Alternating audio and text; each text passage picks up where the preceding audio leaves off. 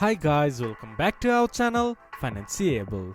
Today in this video I'm going to show you how to open MetaTrader 5 with Exness account.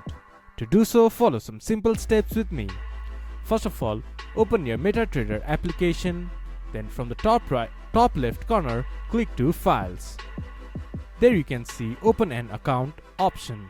Click on it, then this type of interface will pop up in your screen. From there, click to Next.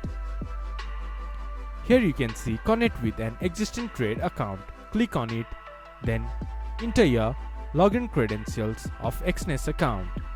In Server, choose Exness account. Then, once you have finished entering your login credentials, click to Finish. Then your Exness account will be connected to MetaTrader 5. This is how you can connect Exness account in MetaTrader 5. This much for today's video.